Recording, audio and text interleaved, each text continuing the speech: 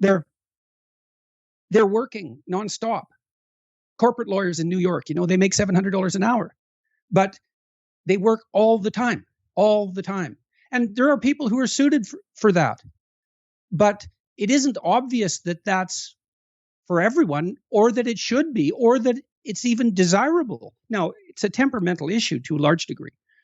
Many of those people are hyper-conscientious. And so if they'll work, wherever you put them, what they would do is work. That's who they are. And it's biological as well. It's not all biological, because traits are affected by learning and by environment in complex ways. But a huge chunk of it is that you're born like that.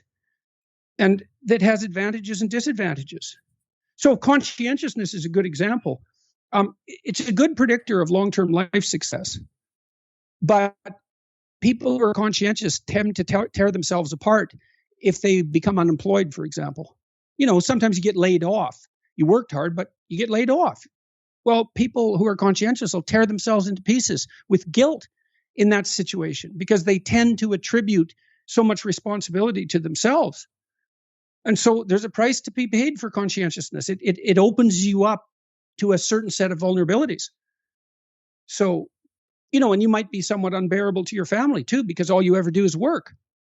You think, well, you want to be you want your father, maybe your husband, perhaps your wife, to be a good provider, but you want them to do that at the expense of everything else? Generally, no.